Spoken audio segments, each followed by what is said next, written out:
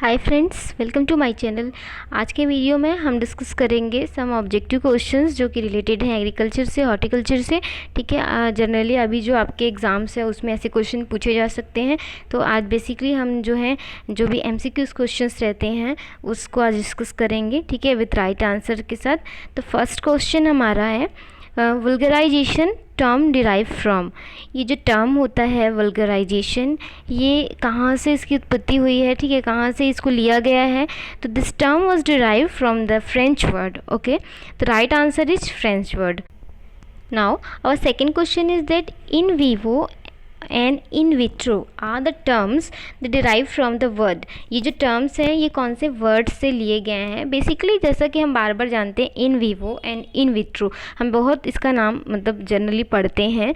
तो in vivo when जहाँ पर भी पौधे हैं हम वहीं पर अगर कुछ मॉडिफिकेशन करके सेम उसके जो उत्पत्ति स्थान बोलते हैं ना, जहाँ पर उसका मतलब हमने उसकी सोइंग की है उसको वहाँ से कहीं भी हम मूवमेंट नहीं करेंगे, ठीक है, वहीं पे अगर हम कुछ उसके साथ मतलब एक्सपेरिमेंट कर रहे हैं, that is in vivo condition.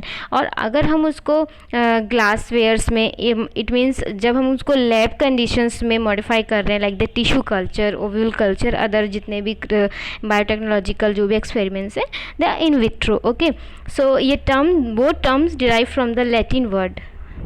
Now third question है which species of mulberry use for the silk domestication. ठीक है, सिल्क डोमेस्टिकेशन के लिए कौन सी मलबेरी जो है उसकी जो स्पीसीज़ है that is use.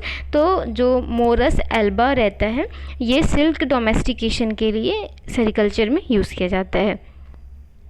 Now fourth question is that Indian metrology department, जो इंडियन मेट्रोलॉजी डिपार्टमेंट है वो कब इस्टेब्लिश हुआ था।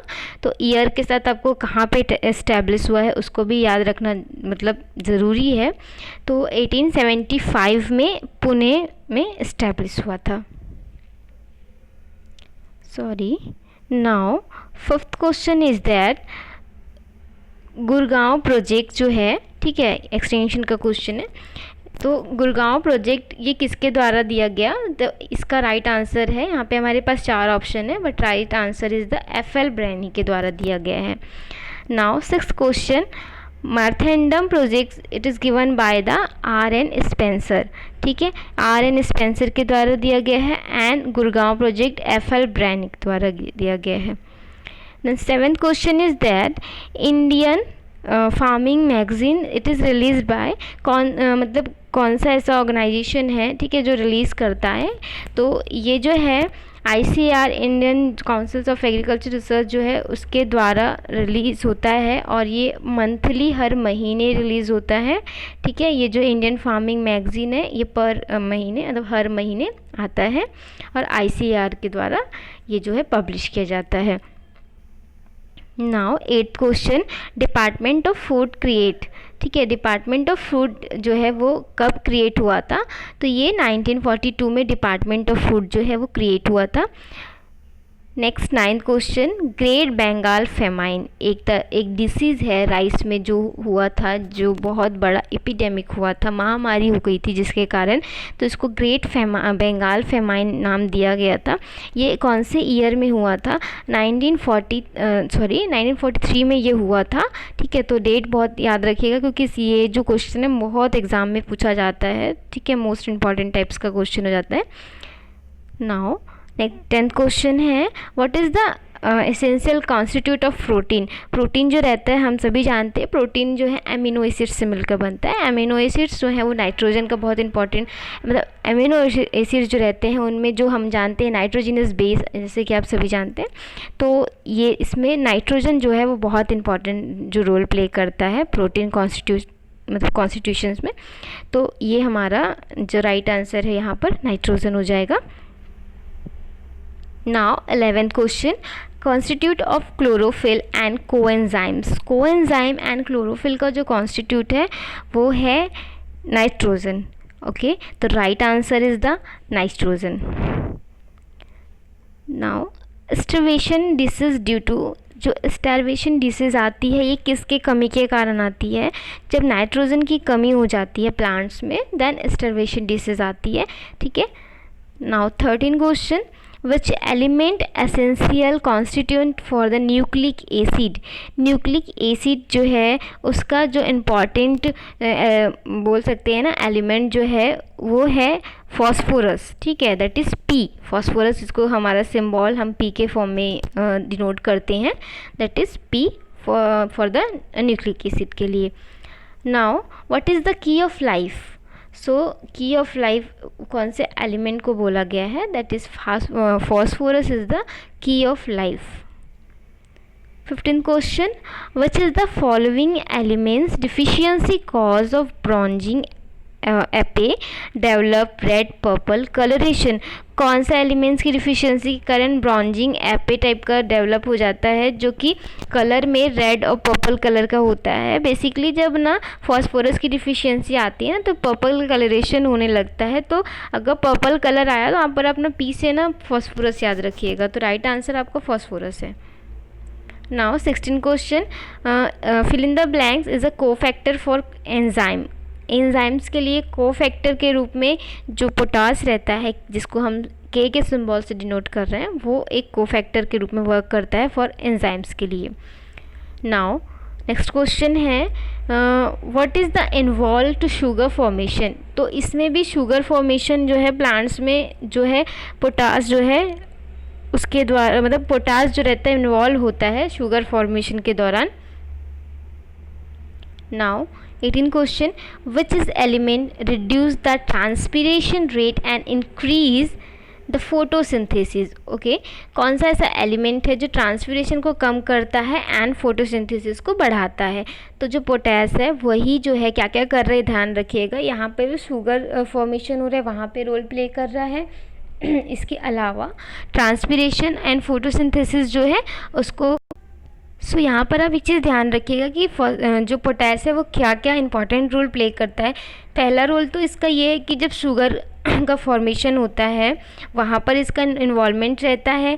सेकेंड थिंग जो रहती है कि ट्रांसपिरेशन रेट को कम करता है एंड फोटोसिंथेसिस को इंक्रीज़ करता है, जिससे फूड मटेरियल का फॉर्मेशन होता है, ठीक है। इसके अलावा यहाँ पर हमने एक चीज़ देखी थी कि एंजाइम्स के लिए कोफैक्टर के रूप में भी यूज़ किया जाता है, ठीक है। तो ये हमारा यूज़ है, मतलब वर्क है पोटेस का। Next question, constituent of the cell wall. तो सेल वॉल का जो कॉन्स्टिट्यूएंट है वो है कैल्शियम, ठीक। Now tip hooking due to the deficiency of. जो टिप हुकिंग होता है, हुक लाइक टिप जो रहता है पोजीशन, वो हो जाएगा, वो कैल्शियम की डिफिशियंसी के कारण टिप हुकिंग होता है। Now 21 question, essential constituent of chlorophyll. Magnesium जो है बहुत इंपॉर्टेंट एसेंशियल कॉन्स्टिट्यूएंट होता है क्लोरोफिल का। एग्ज़ाम में बहुत बार ये क्वेश्चन पूछा जाता है एंड पूछा भी गया है, ठीक है, याद रखिएगा आप लोग। 22 क्वेश्चन है, chlorosis between the vein leaf due to the, जो वेन्स रहते हैं लीफ के, उसमें जो क्लोरोसिस, इट मीन्स क्लोरोफिल का डिग्रेडेशन स्टार्ट हो जाता है जिसको क्लोरोसिस बोलते हैं। ये जब मैग्नीशियम हमने देखा एसेंशियल फैक्टर है क्लोरोफिल का, तो ये जब इसका लॉस होने लगता है देन क्लोरोसिस मतलब प्रोसेस जो है लीफ वेन्स में दिखाई देती है।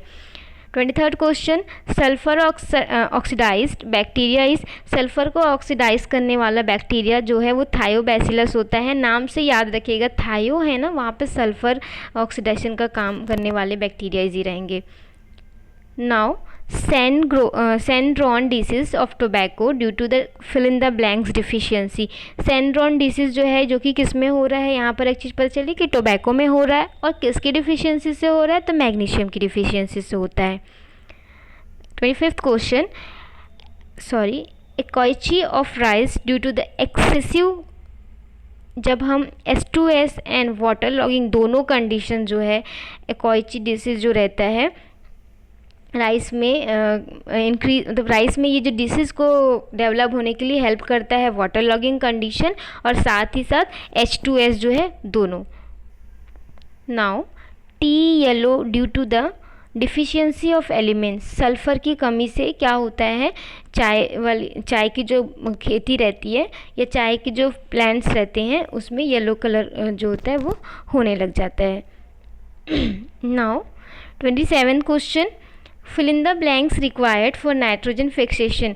फेरस जो है, आयरन जो है, जो मतलब ये रिक्वायर होता है जब नाइट्रोजन फिक्सेशन का प्रोसेस होता है, तो जो है हमको आयरन की रिक्वायरमेंट होती है।